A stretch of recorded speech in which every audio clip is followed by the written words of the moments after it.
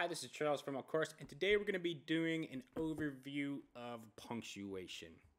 As we saw with a lot of the other concepts, like sentence construction in particular, punctuation doesn't happen in isolation. It's really going to depend a lot on the way you use clauses, the way you use, coordinating, subordinating conjunctions. I'll try and reference the concepts as we're going through these. So like if you haven't done the review or seen the other videos, you can make sure to go catch those.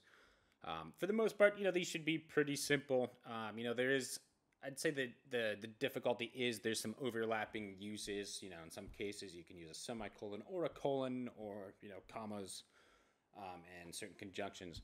The issue is, again, kind of disentangling these issues and figuring out the overlap between those. Again, after this video, that should be quite clear. All right, so let's take a look here. So colons are used to introduce items after a complete clause. So, for example, she needs 3 things to get a loan. Colon, picture ID, her social security card, and a good credit score. Now, keep in mind, like, if you had the 3 things she needs are, and we have that verb there, are, an ID, social security, and a good credit score.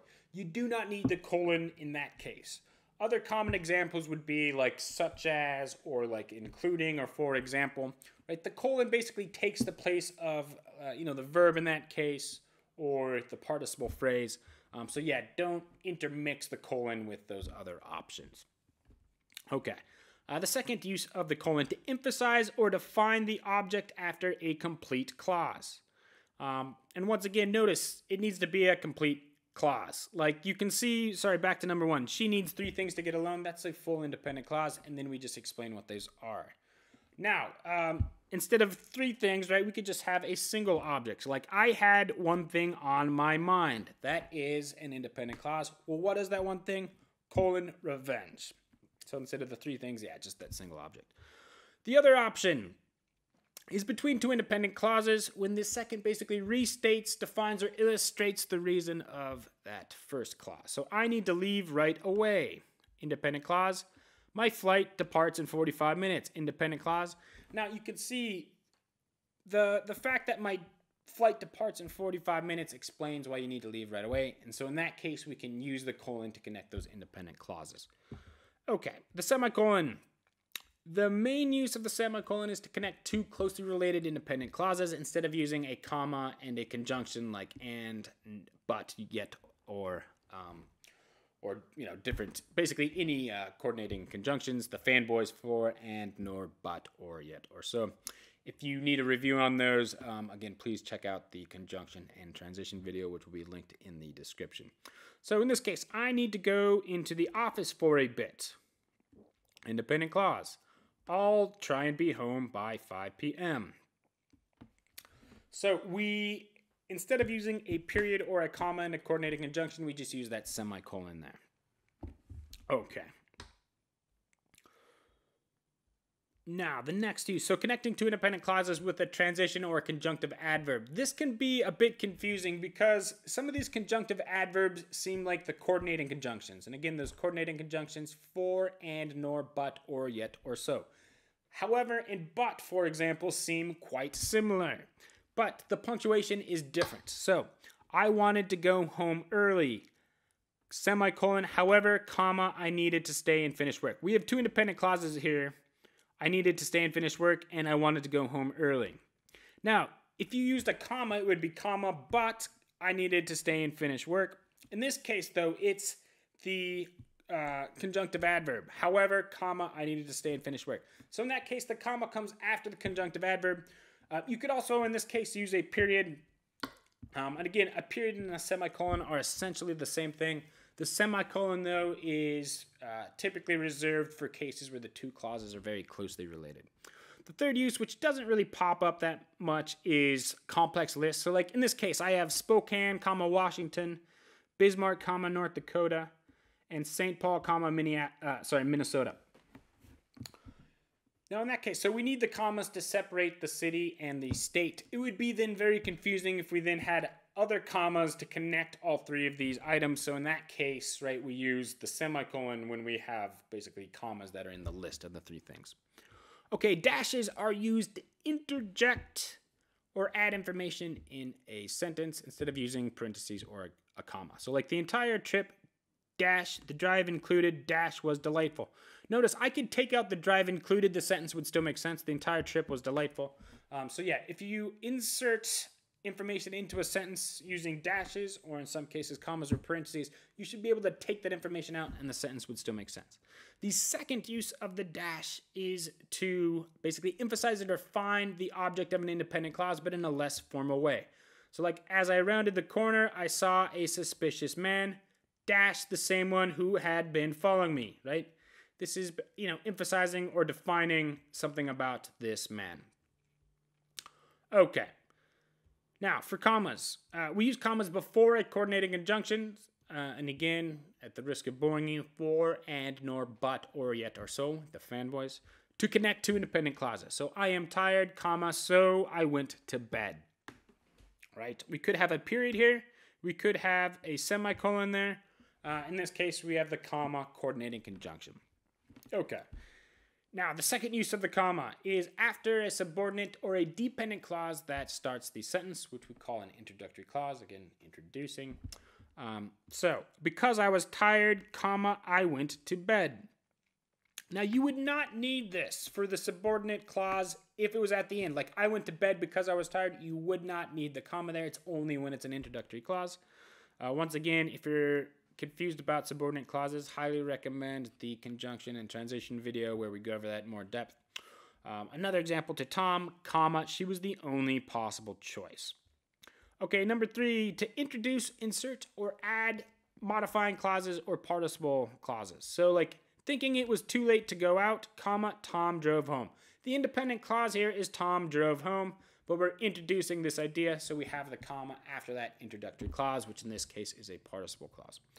Now, we could also insert that into the sentence. So like Tom, comma, thinking it was too late to go out, comma, drove home. Or we could have it at the end of the sentence, Tom drove home, comma, thinking it was too late to go out. Okay. Yeah, if you're having issues with this, also check out the modifier video. That's quite useful. If you look at number 3, it's not great, right? Who's thinking it was too late to go out? It's Tom. Right, so this might actually fall under the category of like a misplaced modifier. We obviously know it's Tom that's thinking it was too late to go out. But yeah, keep in mind, you want those modifiers as close to the subject as possible. You will see some examples where it's not always perfect on the SAT. This would kind of fall under that category. Now, I introduced this idea. I don't know if I gave you the term, but there's this idea of appositives. And appositives include information that is essential to the understanding of the sentence. So like in this case, runners starting early will be disqualified. You'll notice there's no commas around the starting early. The sentence would make sense if it was just runners will be disqualified. But notice it's not all runners that will be disqualified. It's just the runners that start early. So in this case, because that's essential to the sentence, we do not have commas there. And that's the general rule, again, is like if you can take the information out, it should typically be set off in commas or dashes or in some cases parentheses. The parentheses wouldn't really work well in this case. But again, essential to the information of the sentence or the logic of the sentence, we do not need the punctuation there. Okay. The other things, appositives can be open to interpretation somewhat. So like my cousin James is coming to dinner. It would make sense if we took out the James. My cousin is coming to dinner. So like, do we need the name of your cousin? Maybe, maybe not. So like if it's a one-word appositive, the convention is typically you don't offset that in commas, right? It'd be a little clunky. My cousin, comma, James, comma, is coming to dinner. I mean, you could kind of go either way on that, but if it's one word, the convention, typically no commas. Okay, number 4, after conjunctive adverb or transition word at the beginning of a sentence or to insert it into the middle of the sentence. So finally, comma, I was able to go to sleep. Or like she decided, comma, however, comma, not to go on the trip. This is one like inserted into the middle of the sentence. You don't always need that. And especially like if the conjunctive adverb, you hear that word adverb, if it's before the verb, the convention is to typically not have the comma. Like I finally was able to go to sleep, right? It would disrupt the flow. It almost sort of like disrupts the flow here. Like she decided, however, not to go on the trip. And again, it's going to depend to what you're trying to emphasize. So in this case, we're kind of emphasizing some sort of contrast here. We don't really see that with the previous sentence because there is no previous sentence in this case. But yeah, we're showing, okay, well, maybe there's some reason she's not going on the trip, and that's why we use that however in the comma set there. Okay, the fifth use of the comma is after quotation when adding additional analysis. So like the author claims the effects of the printing press cannot be overstated, comma, reflecting her belief it was a seminal invention in human history. Notice here, there is no comma before the quote. The SAT recently has been going away from the comma to introduce the quote. There might be cases where there is a comma, or there might be cases where there is not. Typically, they're not going to ask you. However, if there is analysis added on at the end of the quotes, the convention is that, yeah, there should certainly be a comma. So really watch out for the one after that. For the most part, on the first 4 digital SAT tests that they've released so far, no comma before quotes for the most part. Okay, number 6, using commas for modifying clauses that define a subject or a negation that define what a subject is not. Both need commas. That might be confusing, but like, I went to the building, comma, the new one outside of town, comma, this afternoon. This would be a case you could also use dashes, and we will review these in just a minute. But yeah, we could take that information out. It's just adding additional information. So I went to the building outside of town this afternoon, right? We take this out. The sentence still makes sense. So yeah, it needs to be offset in commas. Now, what I mean by a negation, it's sort of defining what a subject is not. So like, I want to eat bratwurst, comma, not hot dogs, right? I'm sort of defining what I want to eat here, and it's not hot dogs, it's bratwurst. So in that case, yeah, that negation needs the comma tacked on at the end, or in some cases, inserted into that sentence. Okay, 7, you should all know this one. To separate items in a list, I need milk, comma, coffee, comma, and butter. The SAT typically likes the Oxford comma, which is the comma before and. People that are really into grammar debate whether you need the comma before and. I don't even want to get into debate, it's boring, but typically the SAT will include that comma. The other thing is to separate adjectives that refer to the same noun. So this can sometimes be confusing, but if the adjectives can be separated by the word and, they need a comma. If they can change the order of the adjectives and it still makes sense, you need a comma. So like, the new, comma, healthy dishes are incredible. You could also say the healthy, comma, new dishes are incredible. You could switch the order, so in that case, we need the comma. Or again, you could say the new and healthy dishes are tasty. Because we can do that, right, we need the comma. Now, the second example, the new veggie burger is tasty. Okay, now, I could not say the veggie new burger. I could not say the new and veggie burger. So in that case, I do not need a comma because it's like a veggie burger and it's a new veggie burger. So yeah, you would not need the comma in that case. These don't pop up too frequently, but they can. And then number 9, after answering a question. So like, yes, comma, I can be there by 5 this afternoon. Would be the final use, yeah, of the commas. Okay, parentheses, not super common, but they do occur. And yeah, again, we saw that as like an alternative to dashes or comma sets. So like the entire month, parentheses, except the first week, parentheses, was excruciatingly hot. Or to define something like a term that might be difficult, like photosynthesis, parentheses, the process of converting light to energy, parentheses, is essential for life on Earth. Once again, things in parentheses, commas, or dash sets, you should be able to remove this and the sentence would still make sense, meaning you have an independent clause. Okay, the last thing, apostrophes. These are easy to overlook. So if you see multiple choice options with apostrophes, right, just be very careful whether it's like ownership or contraction. So the first use, contractions that combine 2 words. It is, there is, was not, they all, have not, and any other contraction. The other one is possession or ownership. So like the team's victory, Tom's car, Sarah's girlfriend. Again, that possession or ownership or contraction for apostrophes. Okay, so we saw in that review, right, there's some overlap between some punctuation that can be confusing. So let's just go over those, options to help kind of clarify some of those. So keep in mind, dashes, commas, and parentheses can all be used to interject information in a sentence. They're all, equally correct. So like, I invited the whole team, dash, including Steve, dash, to my house. You could also use the commas there. I invited the whole team.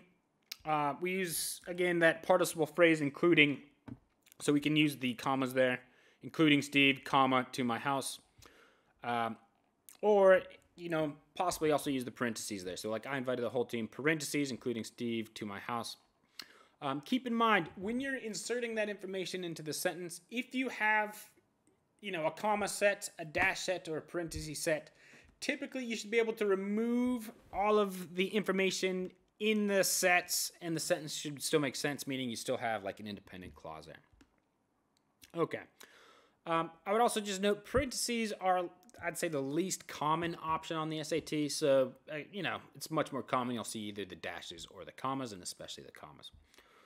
Okay, next thing. So dashes and colons can be used to emphasize parts of a sentence. So like, I needed just one more thing to complete my plan, colon, lots of money. You could equally, correctly use the dash there. Same basic use and same basic concept. Okay, semicolons and colons can also be used to link two independent clauses. In some cases, basically, it's difficult to determine whether the second clause defines or illustrates the first clause, meaning like you'd use a colon, or whether they're just closely related, which would be the semicolon. So like, we look at the example here. She wasn't merely the best player on the team, colon. She was the most dominant player in the league. Now, you can see the second clause sort of illustrates that she isn't just the best player on the team, because she also dominates the league. Once again, though, those are just two closely related independent clauses. So, yeah, the semicolon works almost equally as well there. Okay. Now, when joining two independent clauses, keep in mind a semicolon equals a comma and a coordinating conjunction, which is, again, the fanboys, for, and, nor, but, or, yet, or so, which equals a period. As we've seen, in some cases, you can also use a semicolon. So like, I was extremely hungry, colon, I ordered 2 large pizzas. I was extremely hungry. Okay, instead of the colon here, we have the comma and a coordinating conjunction. So, I ordered 2 large pizzas. Or, obviously, you can just use the period there. Now, if you have a subordinate or a dependent clause at the beginning of a sentence, you need the comma. Because I was hungry, comma, I ordered 2 large pizzas. This is one of the more, I'd say, like, difficult concepts. If it's at the end of the sentence, you do not need the comma. So, like, I ordered 2 large pizzas because I was hungry. So, yeah, those subordinate clauses are kind of the exception to the rule. Like, for the most part, if, you use another type of clause or a participle phrase, typically you will have the comma, but just, keep in mind with those subordinate clauses, you don't need it if it's at the end, only if it's at the beginning. If you need a more in-depth kind of review of that, please go to the conjunction and transition video, which I'll be sure to link in the description. Okay. Next thing, when using a colon, it takes the place of a comma and such as or including. What I mean by that, if you have, like, the new apartment has great amenities, comma, including free coffee, a gym, and a pool. Notice, we do not have the colon there. Same thing, if instead of the participle including you had such as, right, we do not need the colon. It's only if you don't have including or such as or for example or a to be verb that you use the colon. So like, the new apartment has great amenities, colon, free coffee, a gym, and a pool. Once again, if you had like the new amenities that the apartment has are free coffee, a gym, and a pool, if you have that to be verb there, you would not need the colon as well. Okay, so that covers, again, a lot of the overlap between punctuation marks. Once again, as I've mentioned, like, you won't have to choose between multiple correct options, right? Just knowing these rules should give you enough to really make your eliminations. And also just keep in mind that you do not want to over-punctuate. You'll see a lot of choices where perhaps there isn't any punctuation. And in that case, Yeah, unless there's a valid reason to have some punctuation, right? Don't add it just because you feel like you need something, right? There will be a lot of cases where no punctuation is needed.